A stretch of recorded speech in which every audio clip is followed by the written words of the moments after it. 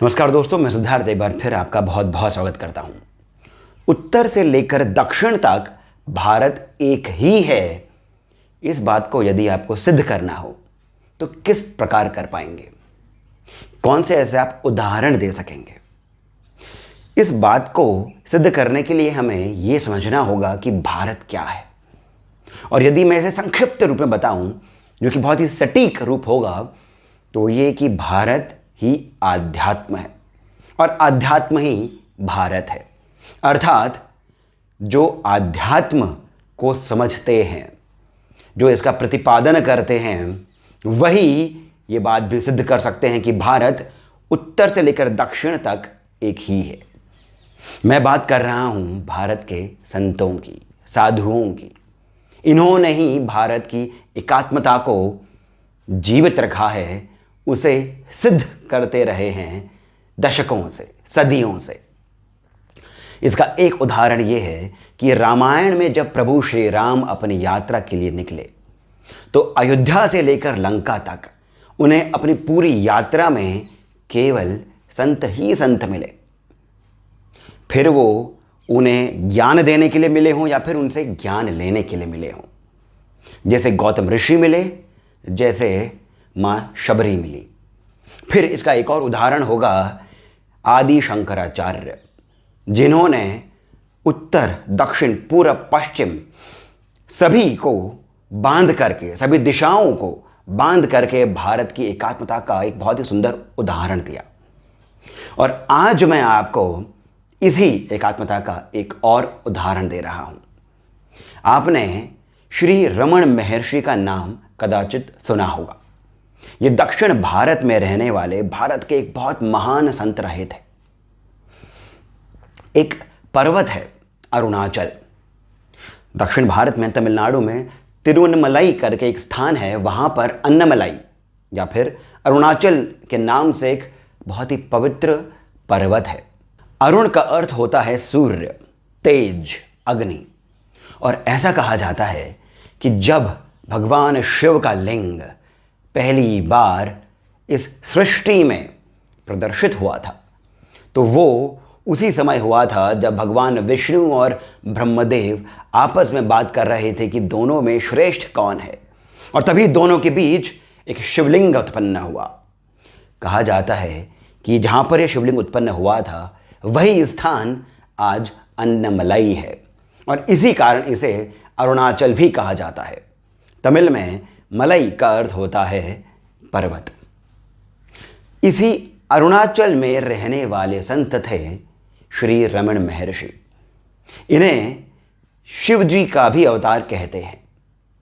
अब हुआ यूं था कि 1948 में रमण महर्षि के हाथ में कैंसर हो गया, कुछ उसी प्रकार जिस प्रकार श्री रामकृष्ण परमहंस को कैंसर हो गया था। श्री रमण महर्षि के हाथ में कैंसर हो गया तो इन्हीं के आश्रम में रहने वाले कुछ डॉक्टरों ने उसका इलाज कर दिया। परंतु 1949 में फिर से इन्हें कैंसर का कुछ लक्षण हुए और वो फैलने लगा। तब ये बात कही गई कि आपको हाथ कटवाना होगा, जिसके लिए श्री रमण महर्षि ने मना कर दिया। तब इनके भक्तों ने इनसे कहा कि आप स्वयं को ही ठीक क्यों नहीं कर देते हैं? कितनों को आपने ठीक किया है, स्वयं को भी ठीक कर दीजिए। तब श्री रमण महर्षि ने कहा, तुम सभी को इस शरीर में इतनी आसक्ति क्यों है? जाने दो इसे, ये तो चला जाएगा, परंतु मैं कहां जाऊंगा? मैं तो यहीं हूं।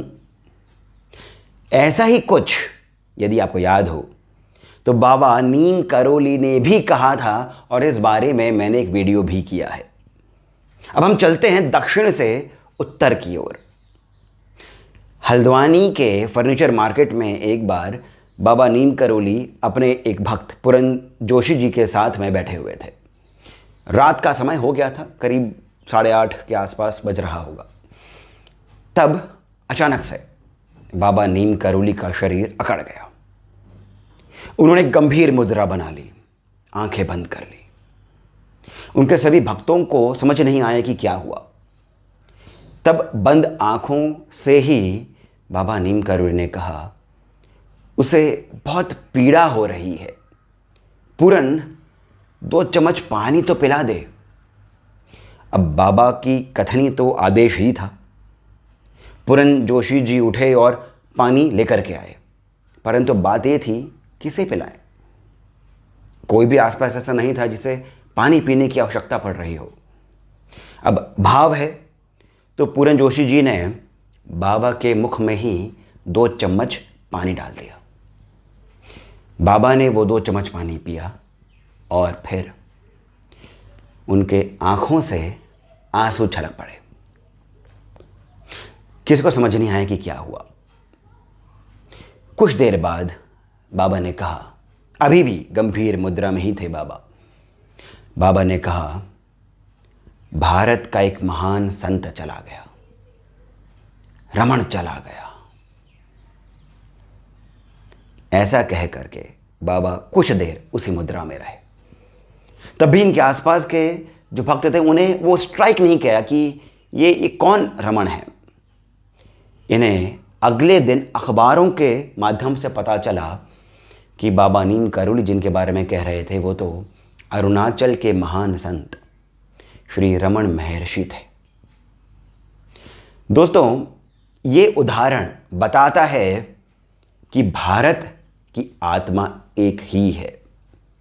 संत जो हैं वो कहीं भी हों, उनकी भी आत्मा एक ही है और वही है जो हम सब में है। बस ये है डिफरेंस कि ये जीवन मुक्त हैं। इन्होंने स्वयं को समझ लिया है और हम अभी शायद बहुत पीछे हैं, बहुत अंधेरे में हैं। ये एक बात और बताता है कि बाबा नीम करोली कितने जीवंत थे। दक्षिण में बैठे हुए श्री रमण महर्षि की तरंगों को बाबा ने उत्तर भारत में बैठे हुए पकड़ा, उसे महसूस किया। यह अपने आप में अद्भुत है।